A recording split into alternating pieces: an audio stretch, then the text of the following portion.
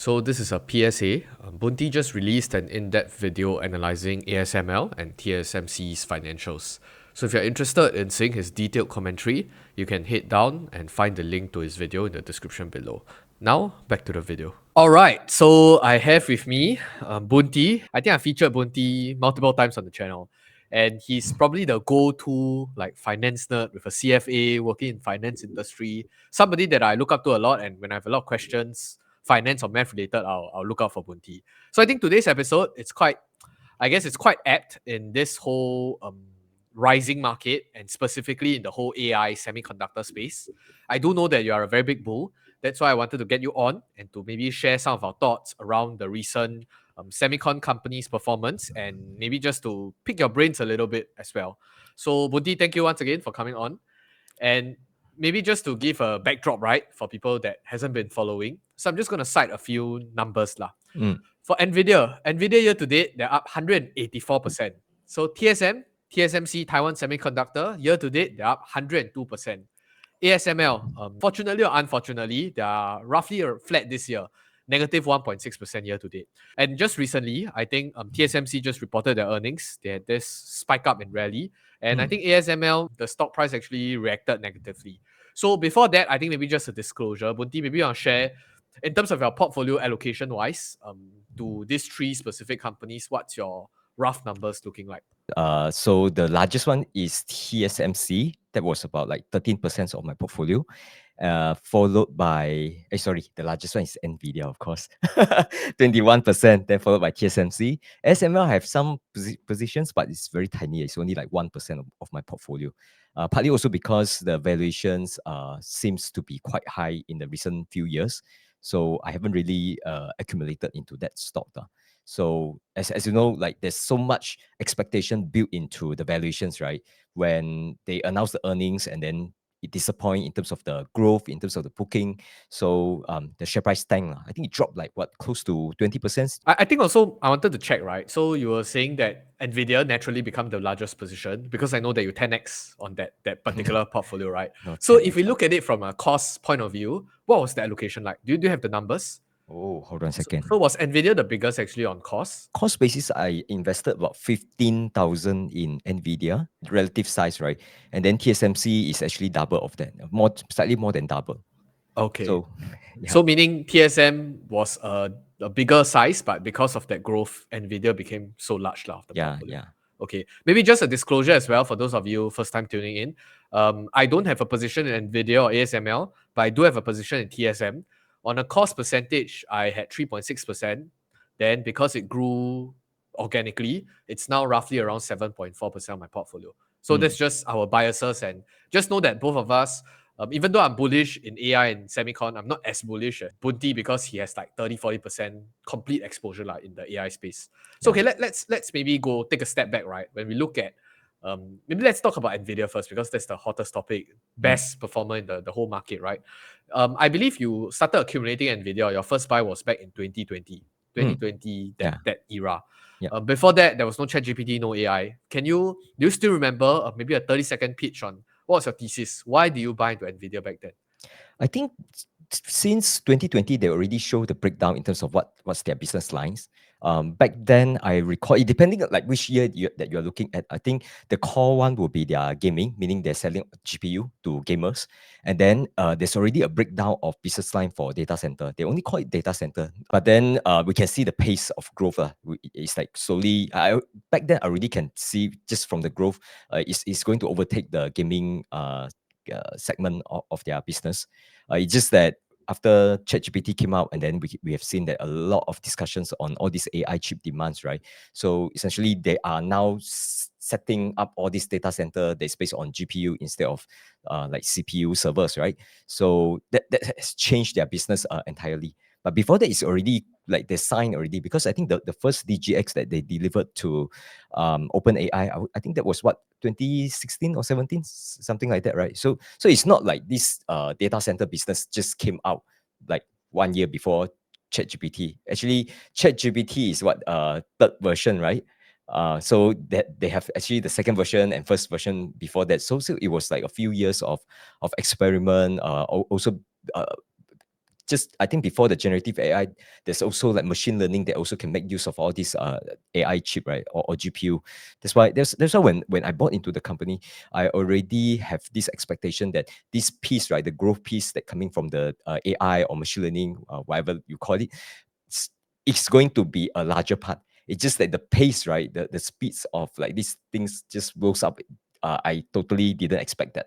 I thought it would be like a decent, like 30% CAGR, but it can last very long. It just that it came like much faster than I Maybe like expected. something like the cloud growth, right? Like Amazon, Yeah, yeah, AWS, right? yeah, Yeah, I just checked. The first DGX is delivered around April of 2016, and it yeah, was dubbed as the first supercomputer, lah. So yeah. maybe if I dig deeper, right? Mm, Back then, maybe in 2020 or when you were doing your early levels of research, right? mm, Do you already envision a world where this whole AI thing or this whole supercomputer, whatever, like computing, mm, accelerated computing, it will be the way forward. Meaning the world will just transition something like a mm. cloud phenomenon. I presume. Is that how you looked at it? I I think it's not clear back then. Let's say just prior to 2020, right? Before ChatGPT came out, right? It's not clear that what is this area all about. I know that machine learning is there. So I know that GPU can be used for all this machine learning. I know they are different. Like software that run on GPU versus software that run on CPU, they are different, right? Different use case, different way of coding. The architecture is different. I know it is there, but I can see that this data center, this business line that they break down, right, it's always there. So you can track the growth, right? It's like slowly going up, going up, going up, going up. So there's some sign. So it's just that bet on an area rather than a specific feature or specific product. But after I invested, right, since like let's say 2020, right, I follow all these, presentations given by Jensen Huang. I'm personally not a coder. I don't know programming. I don't know all these things. But just from the presentation, because it's meant for mass public, right? So it's digestible. You can see that all these new things that they're working on is coming. So I don't think it's like totally how to say like I'm the only one that spotted it. Mm. Definitely not the case. It's quite clear already. Yeah. Okay. Then also I wanted to ask in terms of your conviction being your process of the conviction, right? I Mm, think we did briefly talk about it. And side note, actually Bunti did talk to me quite extensively about NVIDIA and TSMC, especially in the down cycle. I don't know mm, if you still remember. I think TSMC's whole I believe the valuations took a cut like mm, halfway, and then that was when I first initially got interested because I was pitched the idea by another creator. I was looking at it somewhere. Then I know mm. that you were invested, so we started talking quite a bit on the capex cycle, how Yep. free cash flow will be returned, and I don't know whether you still remember. Yeah, And yeah. you did pitch Nvidia to me, but sadly I didn't catch that 10x wave. But anyway, I think back then why was I very worried about Nvidia? I think in the 2022 was really the crypto winter and the whole semicon down cycle. And Yeah. you already see that the growth really just dropped 20%. You know, when even I wouldn't say lousy company, not so good companies, right? Even the revenue come down or in a tough environment, right? Maybe flat or like give you Mm. max -5. Yep. Then Nvidia one shot, boom, -20%. And then back Yeah. then, can I really understand like what was the thesis or why your conviction, you held true to that conviction and see that Mm. large drawdown and then that 10x coming in? Yeah, I think to be honest, during those period, it's really quite sad one. It's not like wow, I know that these things will be going to the moon. It's not like that one. It's very sad one because I still remember during the down cycle, right? They talk about all this inventory. What it means is that they already have the products. They are ready to sell it. Nobody want to buy it. So they are just doing inventory management, meaning that okay, just try to sell whatever stuff that you have. So usually during that kind of environment, the dilemma is that do you really like cut the prices? So instead of selling your, let's say like your GPU cards, right, you sell it at $3,000, you just sell it at 2,000. If 2,000 people don't buy, you sell it 1,005. You can do that. It's just that the more you do that, then people will anticipate more price cut later, and then that will actually hit your pricing power in the future or at pricing power at the moment. So sometimes when all these company they know that the stuff that they produce, right, is the best. Say for example, when it comes to gaming GPU, right, there's only two makers, right? It's either NVIDIA or it's AMD, right? Quite clear that NVIDIA GPU is better when it comes to gaming. It's not just about the hardware. It all come together with the software as well. So the software, all the updates is really better. So they don't really cut the prices that much. Okay, but so still there's a lot of inventory built up, meaning that people just don't know for some reason people stop buying. I think during that period also coincide with the downturn in the crypto market. I would say during those period, right, it's really sad, and it's really just like think that okay, the demand is not there. They have all this excess of inventory capacity, then just slowly digest it, and then just hope that there's all this future demand will still be coming back, right? Because they produce better product, and then the gamers also want to upgrade and so on. So we know that it will come back. It's just that during those periods, it's really sad, and just have to wait it out now. So, but good thing is that even for companies like NVIDIA during those tough period, right? It's not like they are, like losing money and then they have to raise capital to stay solvent. It's not that kind of situations. Yes, you can see that the revenue growth drop, and then margin also affected because of the operating leverage, right? So, but we know that this will pass. It just have to patience like by patience I mean you have to wait a couple of quarters I think it will drag on for quite some time also, right? At least few quarters. But the difficult thing is always the timing. We know that all these move in cycle, right? But you don't know like when is the turning point. It's very hard to predict now.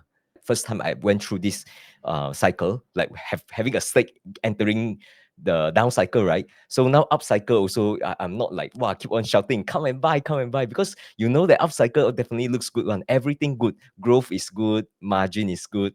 So do you want to buy now? Like you buy now, then later, let's say 1 quarters, 2 quarters, 3 quarters down the road, if we enter down cycle, so you just need to be prepared now. Yeah. But once you go through like one cycle, right, you know what to expect already. Then it helps us to like set the expectations So I think that definitely help. But having exposure, having a sizable exposure entering the down cycle is definitely something that's we still have to train up our emotions like. On that Yeah. note, right? Can I ask, in that down cycle, were you adding your Nvidia position since you think that these two NVIDIA, will no. I added TSMC quite a fair bit during those periods. That's also why, like when it comes to cost basis, right? TSMC is a lot larger because okay? I added a lot more. And for TSMC, the story is even funnier, right? During those period, you tell people that, oh, you look at the PE, it's very cheap. You look at the valuation, it's very cheap. You know that the company is leading. No worries, because when you talk about TSMC, it's not talking about one company. You're essentially talking about the entire semicon foundry business, right? Because their market share is so big. Not telling people to buy one company, it's like you are betting on the sector. So it's not that risky in my opinion, because they are so big. But people will tell you, what about China invading Taiwan? Then it's like, okay, then it's not enough just to know the company in details, not enough to know their technology in details. You need to be expert in geopolitics as well. So I think, Chicken, you also know about this. You also familiar with this kind This of is question. this is damn funny. So this whole idea of China invading Taiwan, I don't know Yeah. if you still remember Buffett bought a stake in TSM and then Yes, he yes. exited. Yeah. And then a lot of people are speculating because of geopolitical concern. Yeah. Yeah. But I think the funny thing about whether China gonna invade Taiwan soon or not is that Yeah. the fact that if TSM can keep breaking all-time high, clearly the financial market don't care. They're not pricing in any of this risk, in fact, because everybody Yeah. is just piling in money, right? But Yeah. I think that's besides the point. I think going back to this whole down cycle, I think Mm. we know that NVIDIA is the designer, the chip designer, the Yep. people making the chips for even Apple, for NVIDIA, for whoever, is Mm. TSM. So maybe just a quick 30-second pitch. Why did you buy TSM in the first place? Yep. Then maybe I can share mine later on to enrich the discussion. Yeah. So this is what people ask me, right? Like, how do you discover all these companies? So actually, my way, I think, is quite interesting one. You actually just chain all these companies together. So start with let's say just start with me as a user using ChatGPT, right? So the moment you ask about ChatGPT, you say, hey, who's like how can they produce all these tokens? What is working behind the scene? Then I discovered like NVIDIA is the provider, right? So that's the first layer. Then we know that NVIDIA, although people call it chip company, but they design the chip, but they don't manufacture the chips. Who manufacture them? Then it's TSMC coming into the picture. Then when investigating TSMC, right, we know that, oh, okay, actually, out of so many equipment that they need, right, there's one equipment called the EUV, or extreme ultraviolet machines, which is a lithography machines. Lithography machines basically it's just like taking photo. So copy, taking photo of chips. That's actually how chips is manufactured now. So that company is ASML that produce these lithography machines, and they are the only one. So it's a monopoly business. So that's how I discovered ASML. So it's like just go through who is the supplier, who is the provider, just go through that entire chain. You actually discover quite a number of companies. So that's how I came into this entire research on this area. But just you were asking me why TSMC, right? I'll just say their earnings report was just came out like one yesterday, right? So I read through their earnings, right? And there's one thing which I think why the share price shoot up so much. Yes, the numbers looks good. Okay, their growth, their revenue, their margins, everything looks fantastic. Why is it so good? It's also because they already up their prices, right? So slowly they call it like they're selling their value. And the other thing that maybe not many people talk about is actually when it comes to logic chip, right? The manufacturing, right? There's only like three top players. One is TSMC, second one is Samsung, and the third one is Intel. Okay, but Intel is IDM. IDM means that they design their chip and then they manufacture their chip. Samsung is the only competitor in the foundry space, and actually Samsung's hasn't been doing that well. So essentially, I'm saying that when it comes to all these advanced chips, right, the only competitor that TSMC has, right, which is Samsung, right, is like struggling. It's almost like no competitions already when it comes to all these leading edge process nodes. The only one competitor is not doing well means the business is definitely good. No lah, the competitor to TSMC is TSMC themselves lah. I think the worry is whether they will follow the route of Intel and then be complacent and do a lot of stupid financial management things lah. Yeah. But I think to confirm that thought, I was looking through ASML's report as well, and they did say that they got broader concerns about the semicon market. There's a slowdown in hardware spending by major chip makers like Intel and Samsung. TSM was not cited, Yeah. so clearly Yeah. they're still doing So what they're doing. yeah, there's this saying that I don't recall the numbers. It's like what 5 billion bookings, expected 5 billion of bookings, then turn out just 2 billion, right? That was the one of the big surprises, right? The downside surprise.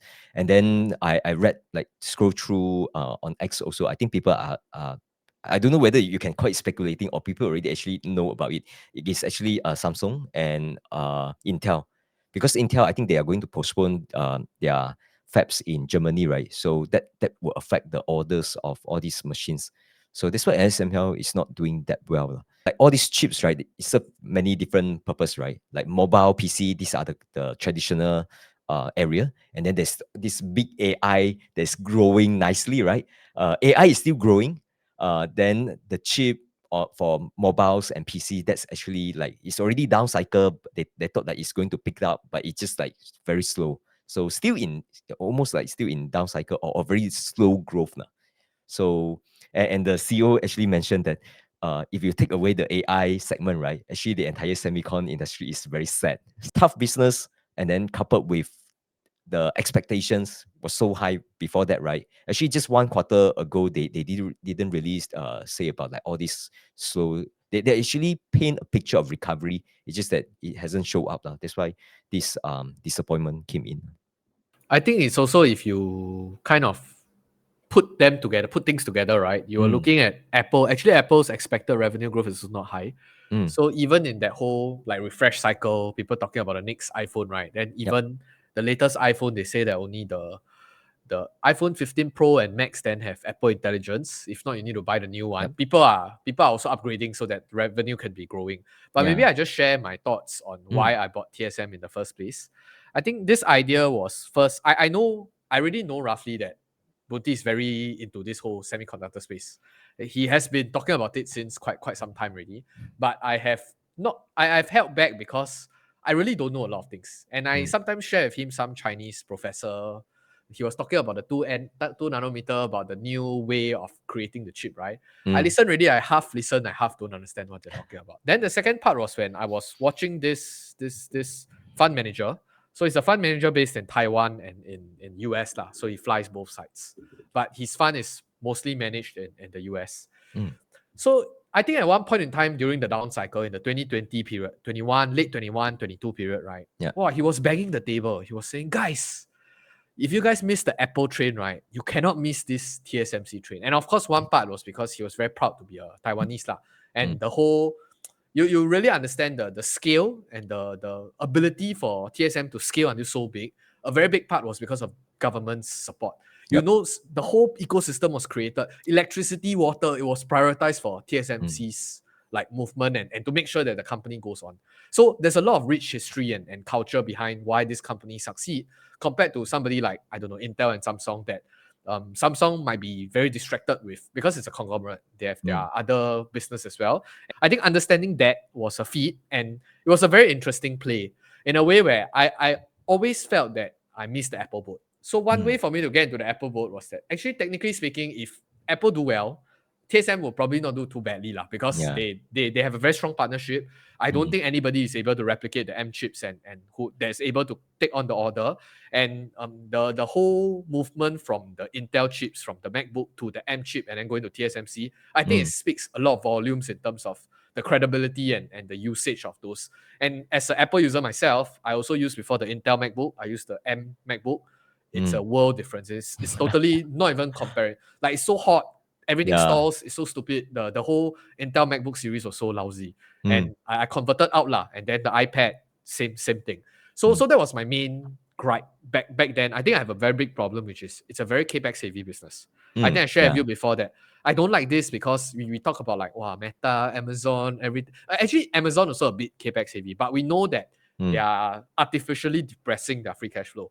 But I think for other companies that you invest in, they're all very tech software, wow, high margin. They look at this TSM. Good times they earn a bit, then they don't really want to raise prices. Bad times, wow, the capex so high, they still need to Yeah. continue investing. They can pull back, but still a very big capex business. Mm. So back then, I just took in a wait and see approach. I invested 1, 2, 3%, slowly built. And then when the AI boom thing came, then I was like, wow, what's this nonsense? It caught me by surprise as well. I Mm. totally didn't expect that. But I think the thesis slowly changed as well when you see that it's the leading company, that nobody, you start to learn more about it. Nobody is able to come close to it. Mm. Similar to ASML story, but I think they have different factors at play here. And I think even without this whole NVIDIA boom, just supporting on the traditional areas that they're already operating in, I think it's still fine. But now, of Mm. course, with this whole AI and NVIDIA chip, right, it kind of helped soften the blow a bit in terms of the down cycle, because we know Mm. that the whole high performance computing chip is slowed down a bit, but the AI is trying to bump up, so we don't know whether they're able to smoothen out everything. So that was really my general thesis back then. I thought it was an Apple-like company. I wanted to get Apple exposure, but I don't want to buy Apple. So Yeah. then, of course, the thesis changed over the last 2 to 3 years. That you get to understand, appreciate more, and then and I think TSM I have still been holding.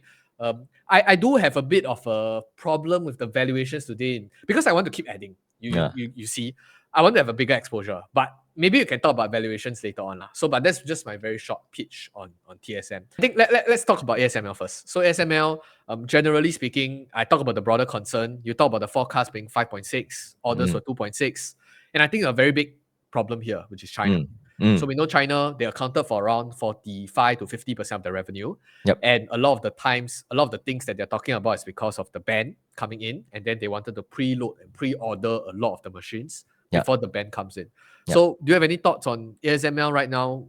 Like what's your outlook moving forward? ASML, if you look at the business, definitely it's hard to guess, like let's say Chinese business, like all this selling of machines to China, how it will pay up in the future. It's very hard to guess because I think what has changed is that, okay, the order books, which is like hard numbers, and then at the same time they also management, right, ASML management, they also changed their tone when it comes to projecting the sales. So with regards to China, I recall they only mentioned that, okay, they think that China, in terms of sales, will come down to back to 20% of their overall revenue.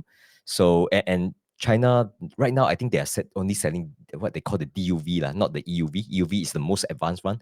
DUV is the less advanced one, right? But still, China is buying a lot of machines from them. So like 20% is still like not that big. I think so. The concern is that China's situation is one of the reasons, but actually not everything. Because if China not keeping up, but others, the entire semicon come back like with a strong recovery, people keep on upgrading their phones, their PC. I think they have no problems because there will be more fabs that will be ordering all these machines from them, right? So I think the concern is more like entire semicon sector. So I think that's the main concern. Yeah, in terms of growth, I look at the growth number. I also think that if you compare their valuations, it's already like down quite a fair bit.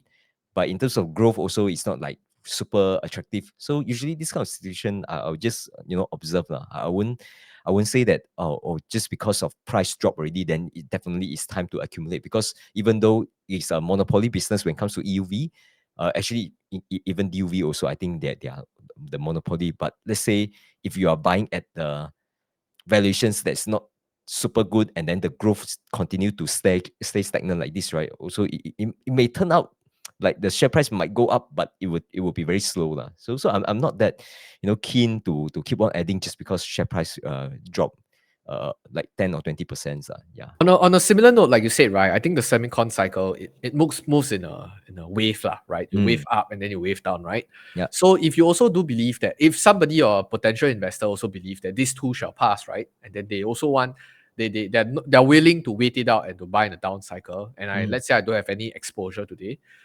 Given the monopoly status and the valuations I guess it's still quite hefty. I mean, it's trading at around, I just checked, 35 times PE Yeah. for a monopoly business, but growth might be slowing down or tapered down. Do you think it's a Yep. good time to just bite first or to get some exposure before looking into it?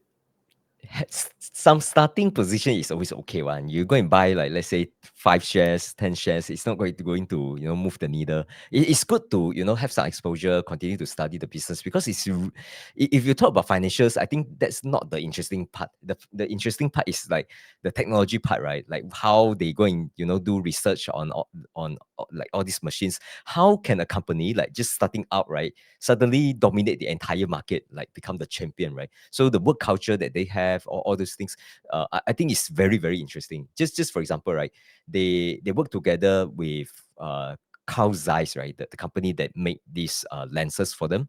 So these two companies is almost like like twin already.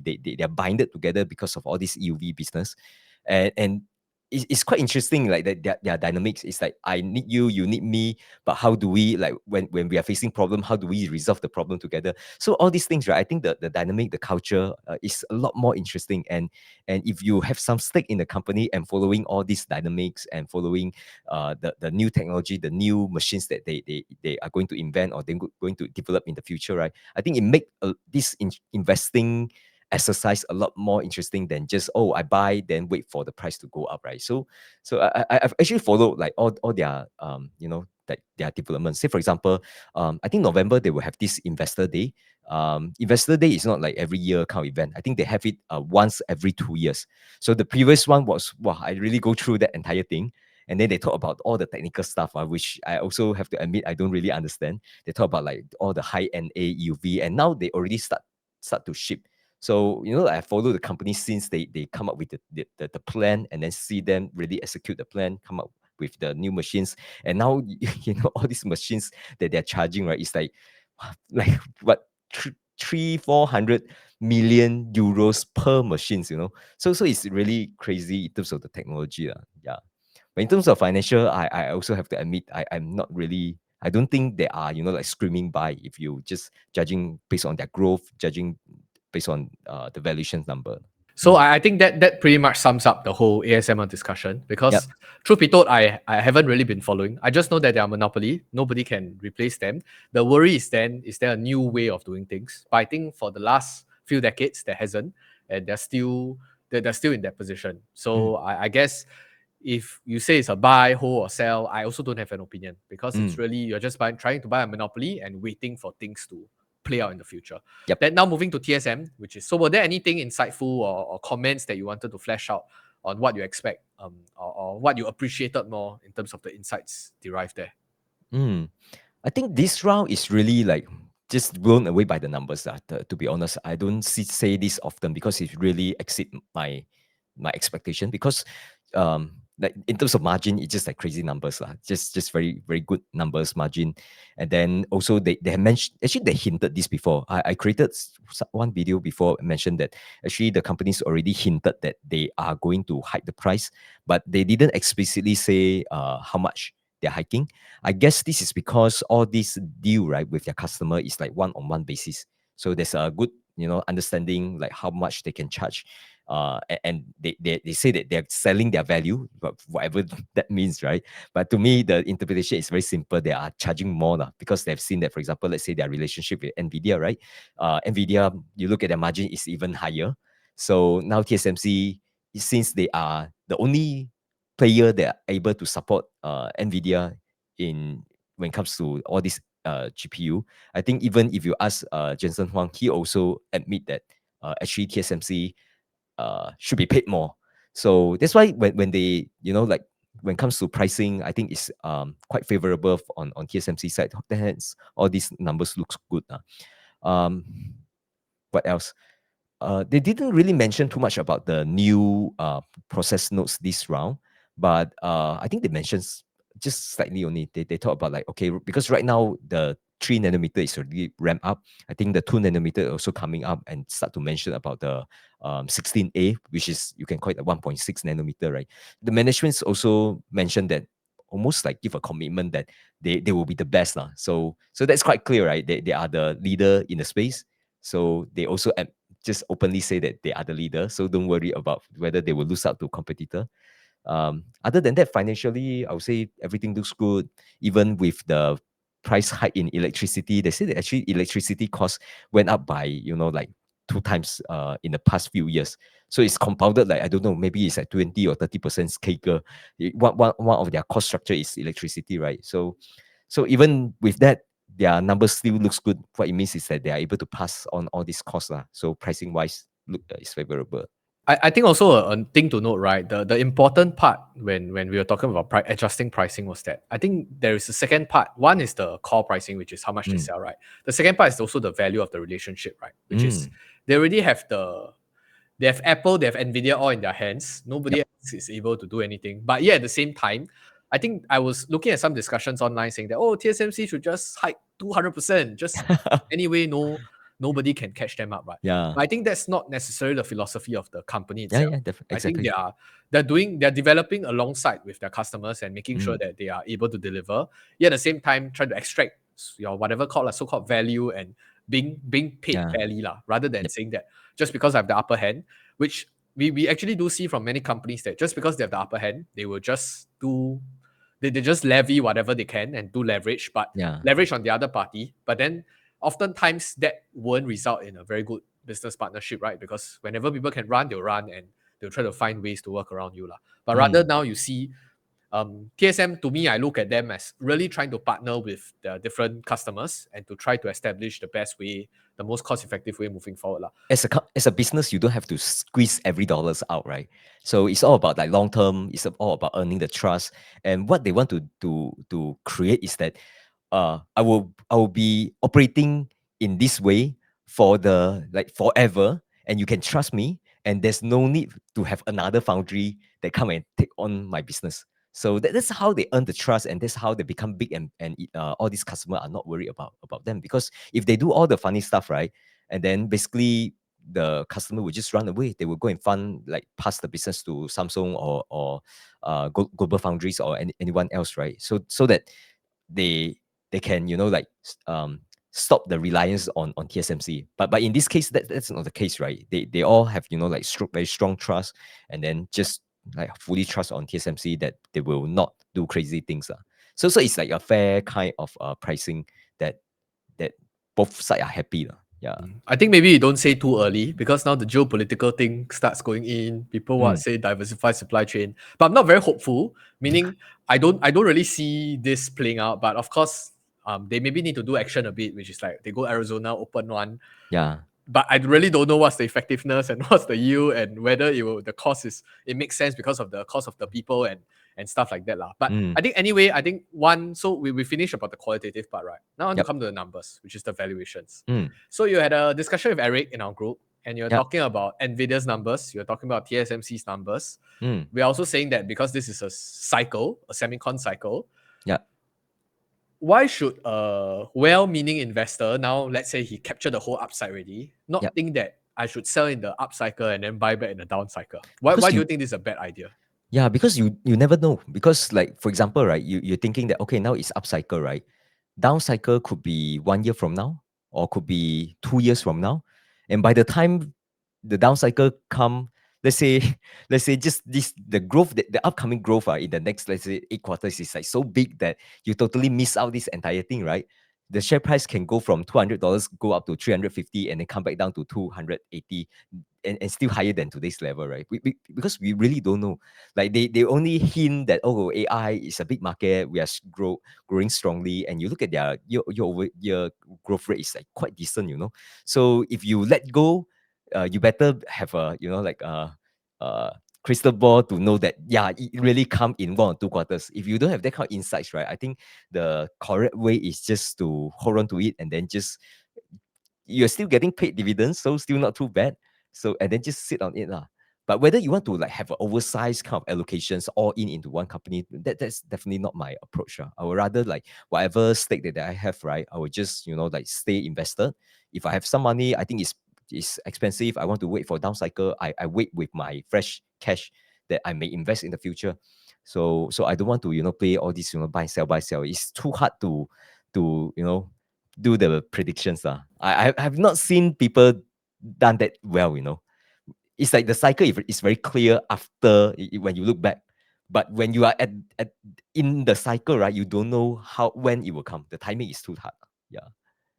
On that note, right, I wanted maybe you can spell out how you Mm, see Nvidia's like PE or the EPS today, because I think you were mm. talking to Eric about it. Maybe you can Yep. share to the Yeah. rest. So for NVIDIA, right, especially when it comes to valuations, actually people ask like this question a lot now. They say that, oh, everyone knows that the company is great, and then but like those who don't know, they will say that, oh, it's so expensive. So what does it mean by expensive, right? Actually, if you ask, you prop people in details, you come up with all sorts of different explanations on, and from the explanation, you can tell whether people are paying attention to the company or not.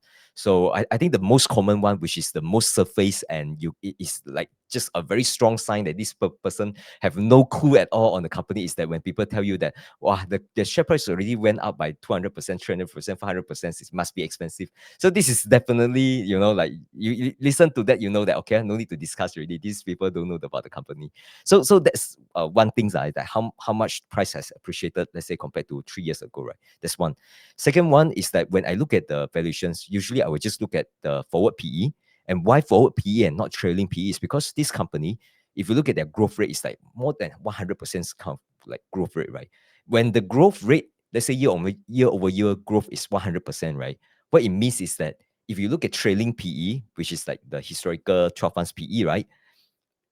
Versus the forward PE, which is from now, what is the expected earnings, right? Actually, the difference can be, like 2 times if the growth is 100%. So basically, you look at trailing PE can be 60, but forward PE is only 30. 60 PE versus 30 PE, that's a like very big difference, right? So you need to be very clear. So for me, I would say that the trailing PE is 60 plus something. It is so high because people are anticipating all this growth. Okay, and they have been beating the expectation. They guide a revenue on certain level. They always exceed that, right? So that's because the demand is there. They're still not able to meet the demand. So they are growing very fast, right? So I would say that look at the forward PE, which already embedded the growth expectations. Use that as a yardstick, right? So I think currently the forward PE is about 40. So 40, is it very high or very low? I would say that it's definitely on the high side because I think just even if you look at the past 6 months, I think there's some point that this forward PE is about like, let's call it like 30. Okay. 30, I would say 30 is cheap. At least 30 is a lot more reasonable compared to 40. 40 is definitely on the high side now. Of course, if can, I also wanted to buy the companies at 25 PE, provided that it's not clear sign of down cycle is coming, right? So that's why I would say that okay, 40x PE, yes, it's on the high side, but is it really bubble? As long as they are able to deliver the growth, deliver the margin, definitely not a bubble. It's just that it's on the pricey side. So I'm not saying that at these valuations don't buy that. It's just that when you buy, then you just need to be prepared because 40x PE can easily come back to 20x PE when the down cycle is clear. The moment the customer say that, oh, okay, wow, actually, I have enough enough capacity already. I bought the chips already.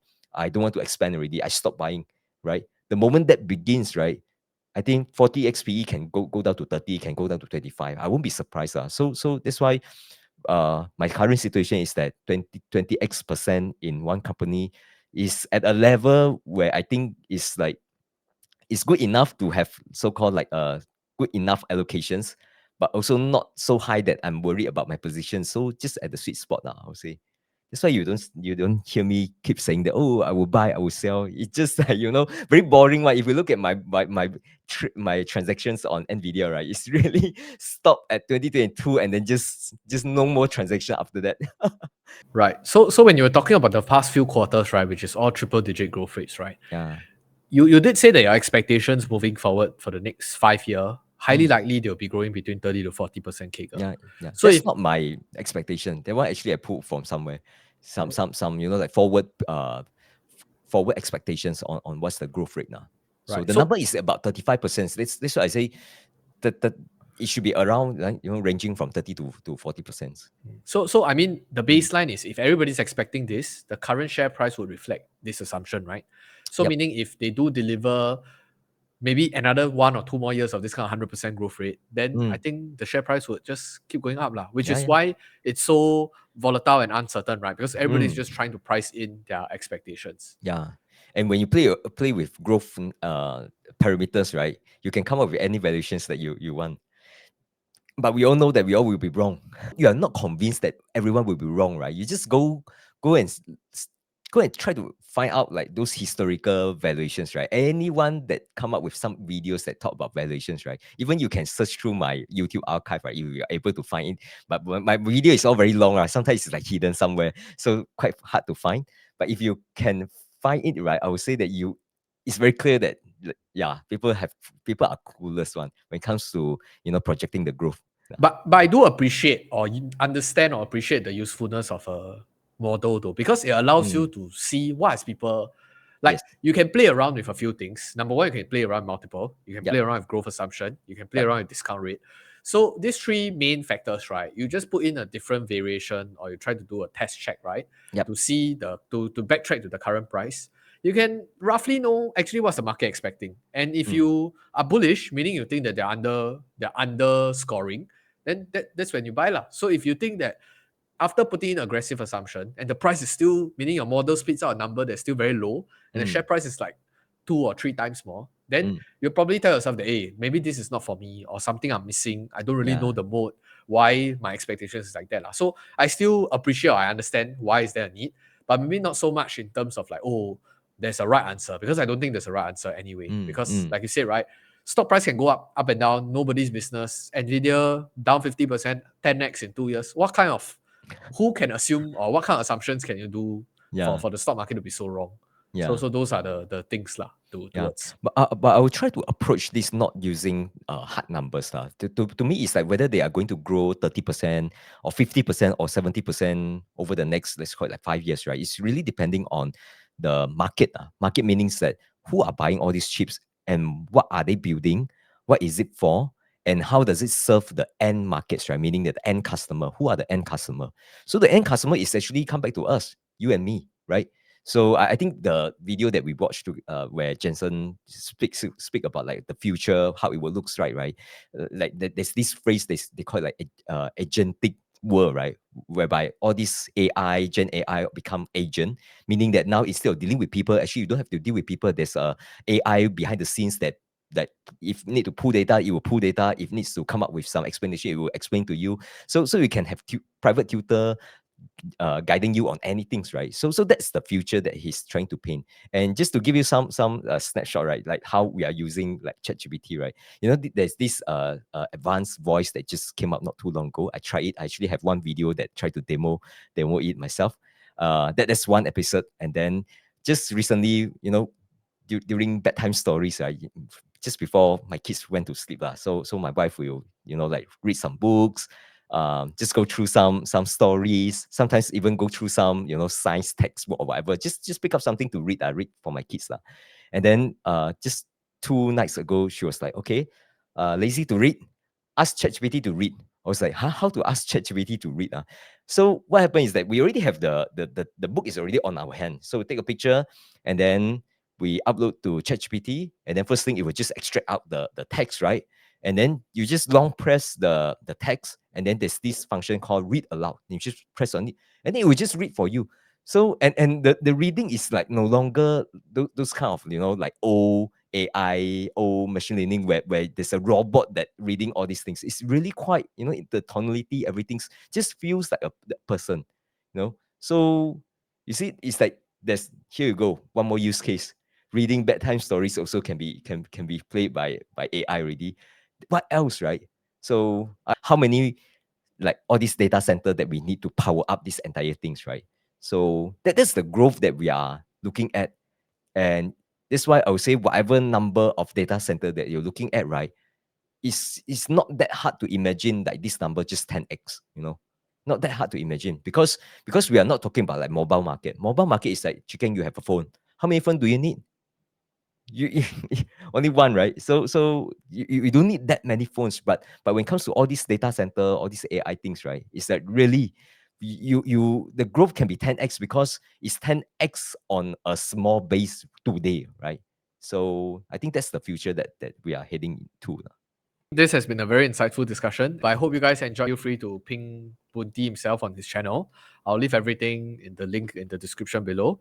And yeah, if you want to have a more extended discussion, please feel free to leave in this comments as well. Yeah. With that, we'll see you guys in the next video. Goodbye. Bye.